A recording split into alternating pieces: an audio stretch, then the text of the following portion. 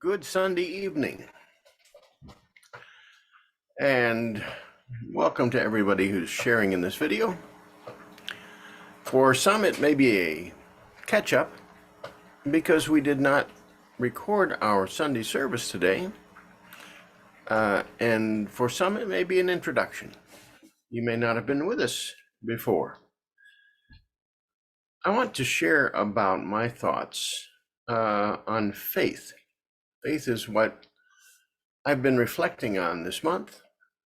And today, I'll just share with you some of my understanding briefly, and then perhaps spend some time in quiet so that you can take that in. And again, I'm glad that you can share in this. I'm thinking about faith this week as believing without seeing. If you come from a Christian background, there's a scripture in the book of Hebrews, of the Christian scriptures, that talks about faith as the assurance of things hoped for, the conviction of things that are not seen. So I'm talking about believing without seeing. As I do talk about that, you know the old saying, seeing is believing, the idea of prove it to me. We'll talk about that a little bit. Talk about also the conviction of not things. How do we know? Because knowing is endemic to believing. Let me start with something that I was researching a little bit. That's the life of the famous inventor, Thomas Edison. Thomas Edison was born in 1854, and he became the greatest American inventor with over 1,000 U.S. patents credited to him over the course of his work. He was one of those inventors that really took it seriously, and he had an invention factory, it was called at one point. But it really was a laboratory where he carried out his research. He was fascinated by electrical science, and so a lot of his inventions are about that, or as a result of that in some way. Interesting thing about him was that even though he was so very prolific in terms of what he created, he could hardly hear. And he credited that with some of the reasons, one of the reasons that he was able to do that work of invention, because he wasn't distracted by things that were outside of him. And so he carried on with great focus and sometimes a great deal of effort. He achieved what he did achieve. Of course, we know him primarily because he was the inventor of the incandescent light bulb, at least in one that was useful in society.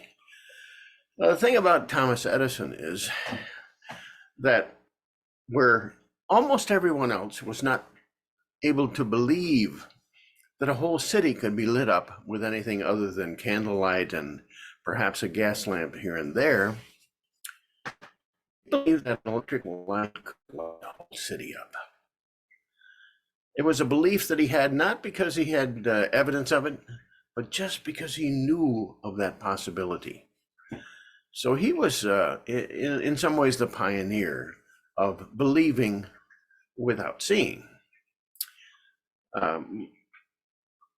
Going on to speak about this, there are a couple of things that come to mind.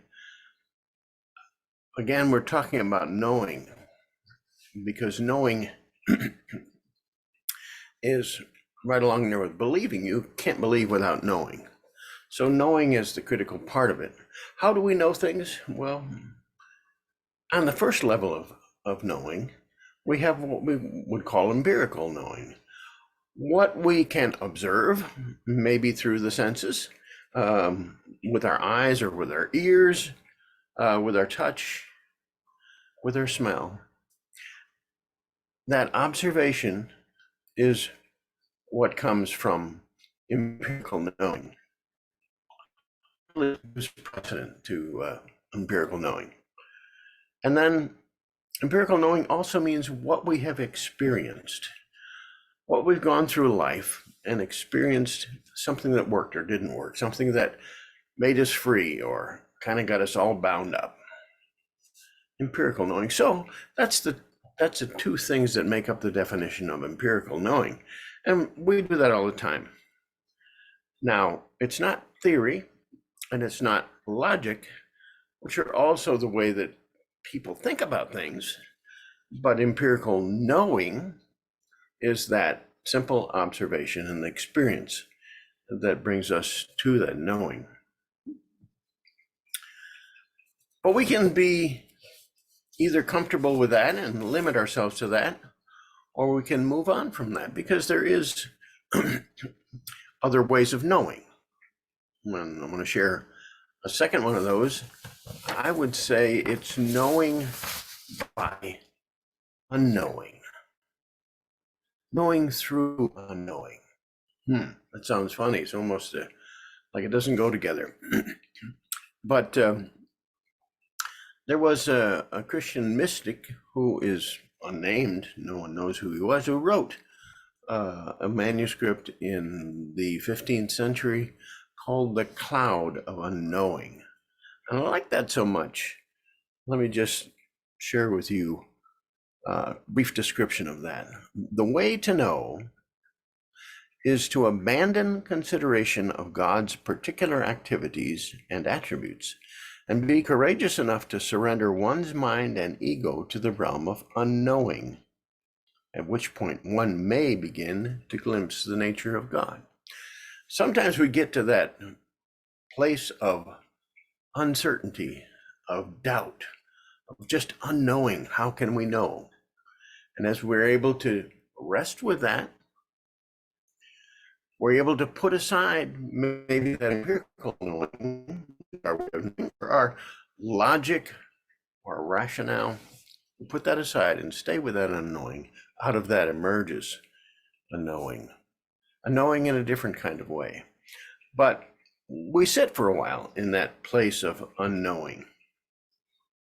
We talked about a stepladder of faith last week. That was something that I was speaking about at last Sunday. And lower down in the rungs of that ladder were doubt and hope. This is where unknowing lies. We have doubt. We have maybe hope that something will happen or that something will be sure, but we're not there yet. And so we sit with that doubt and that hope until we're able to take another step up on the rung on the ladder, perhaps to the area of trust. So in that in this place of unknowing is where we find the dreamers.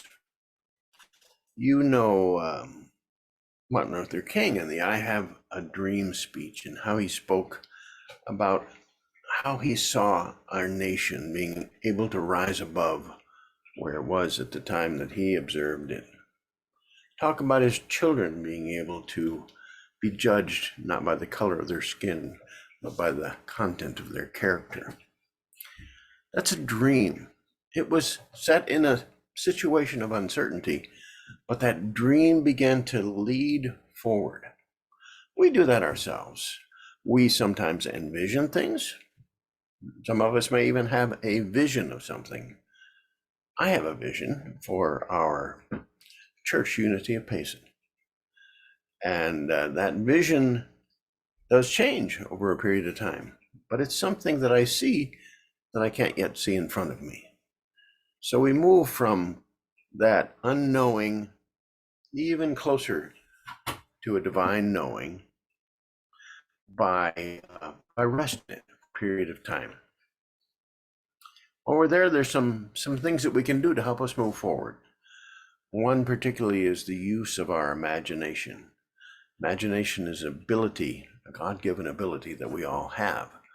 Some of us have developed it a little bit more than others, but it's something that we all have. And that power of imagination, or that ability, is the ability to envision, the ability to image something, the ability to dream, and the ability to conceptualize.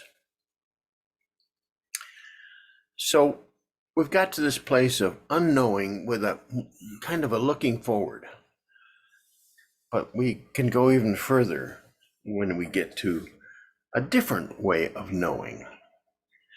And I think this is where I spend a lot of time these days. I try to put my focus here. It's an inner knowing. It's not something that is due to observation, not something that's due to my experience, but there's an inner knowing.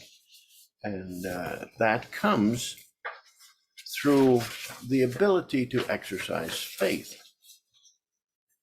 So Jesus, the master teacher, at one point said something like, you've believed, as he spoke to his disciples, but blessed are those that haven't seen what you've seen and you yet have believed. So again, that's that seeing, that believing without seeing first. We do that some way. What believing without seeing is not the observation of gravity, but seems a mystery at some point. But that can be scientifically proved. It's not that the sun rises every morning, because that we can understand as we study it. It's not that food will sustain us, or that when we turn on that electrical switch will light up. But it is a believing without seeing of something like, I am loved, or I am not loved. We don't see that. There's no way we can study that. It's just something that we know.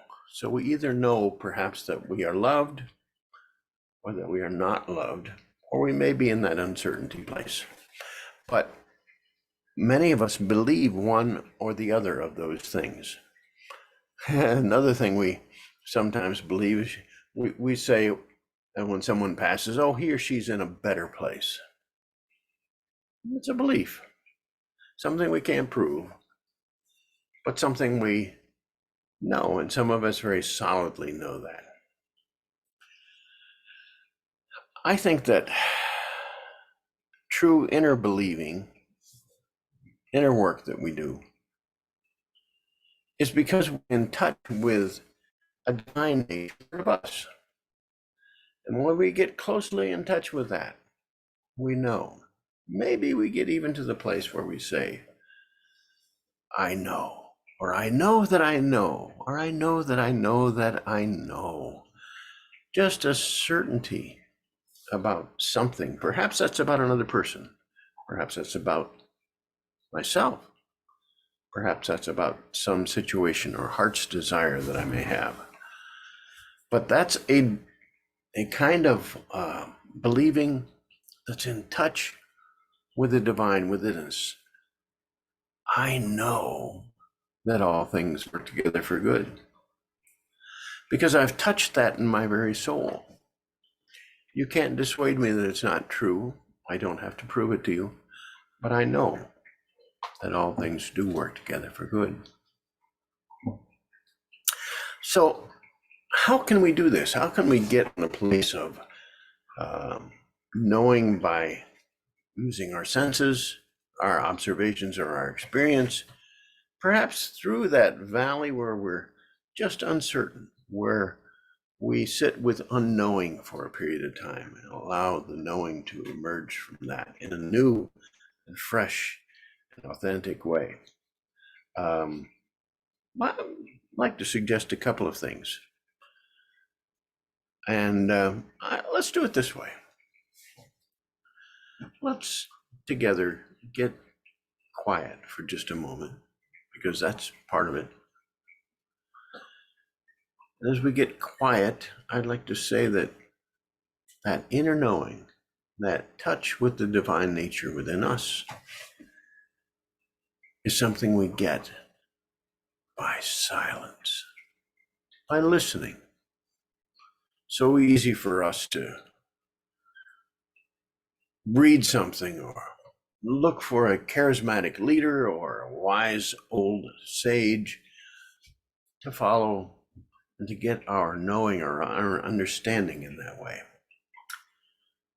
But the best way to get in touch with the divine within is to listen in the silence. So I really recommend that you take time every day. I do that. I love to do that. I love those early morning hours when I can be silent. And what happens from there for me is that something emerges that's right there for me that day. So I'm silent. And then I speak, usually to myself, but I speak an intention that comes out of what emerges in the silence. So yesterday's intention, just so you know, I have it right here. This is what came up for me. I'll read it to you because you can't read it. I put it on a little card, put it in my wallet, put it on my desk. There are no blocks to my seeing clearly. That's what came up yesterday morning, probably because I was considering some of this material about believing without seeing. But the seeing came up in that way. As you're able to listen, not think, just listen, and allows what emerges, what just comes to you, not what you develop rationally, but just comes to you. Then you begin to get close to where you can be in touch with the divine within and with a knowing that is a true inner knowing. And then there's the idea of that creative part of us being put to work, the power that we have to imagine. Imagining is the ability to take that which seems to be nothing at some point and to put it into some image, put it into a vision, put it into a concept. So we use the listening and then the speaking to bring us to that beginning of visualizing or being creative. So we create. If you're like me, you've probably one or two or more times done what's called a vision board. We take pictures from magazines and text that kind of suit what we want, what's in line with our desires for our life. So would you just spend just a little time with me and make a virtual vision board? That's what I'm calling it anyway. So get quiet with me for a minute. You want to close your eyes. You want to breathe and just be aware of life and nothing more.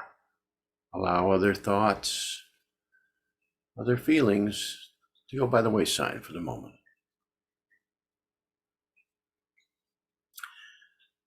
And as you're in that quiet place, look within.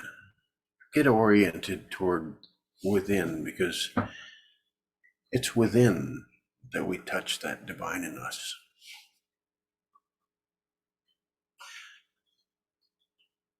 When you've quietly gotten to that place, when you're resting, waiting, expecting,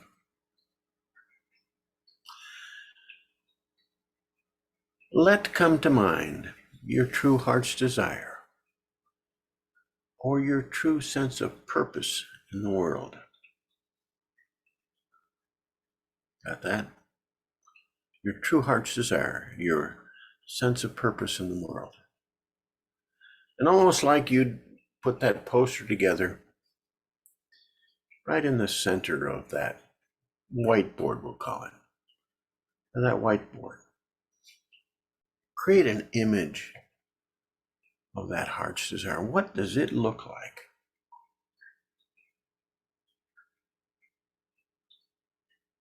You got it? Just sit there with that for a minute. What is your heart's desire or your sense of purpose in life? What does that look like? You could say you're actually making your own movie.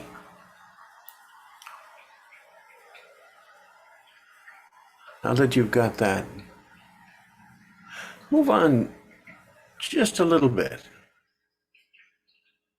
and think of when that thing is in your life, you're imagining it, you're expecting it. When it's there, how are you going to feel? How will you feel when that's part of your life?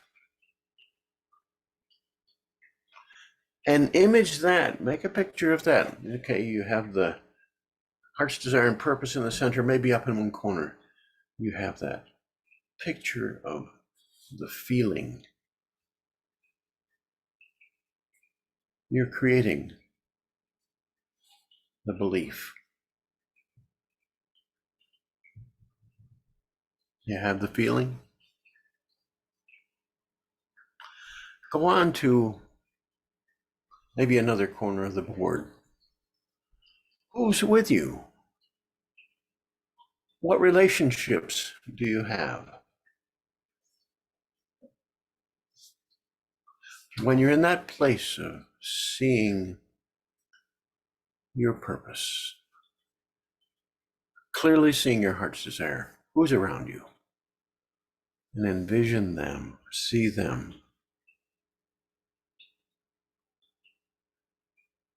And if you've got that, go on to the next step. How about your circumstances? I'm thinking in terms of abundance, not necessarily just in terms of money, but having an abundant, full, and unlimited life. What's your situation? We're going to another corner now.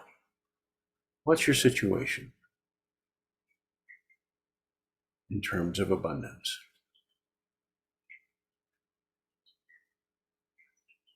You have a picture of that?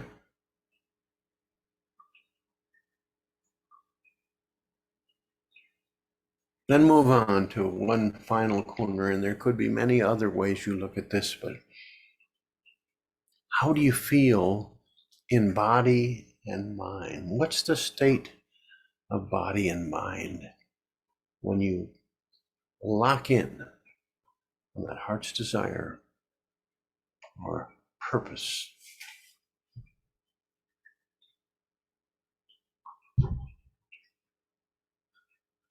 Do you see it? Take just a moment now with that whole picture. Treat it like a movie and let that movie loop play over and over again. Heart's desire. How do I feel? Who's with me? What's my abundance look like in this situation? What's the state of my body and mind?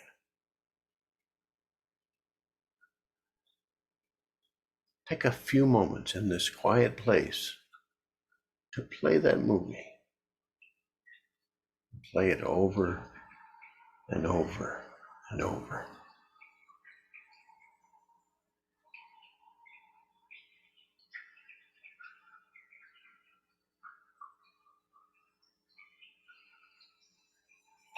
And of course, we're doing this in a meditative state and meditative place.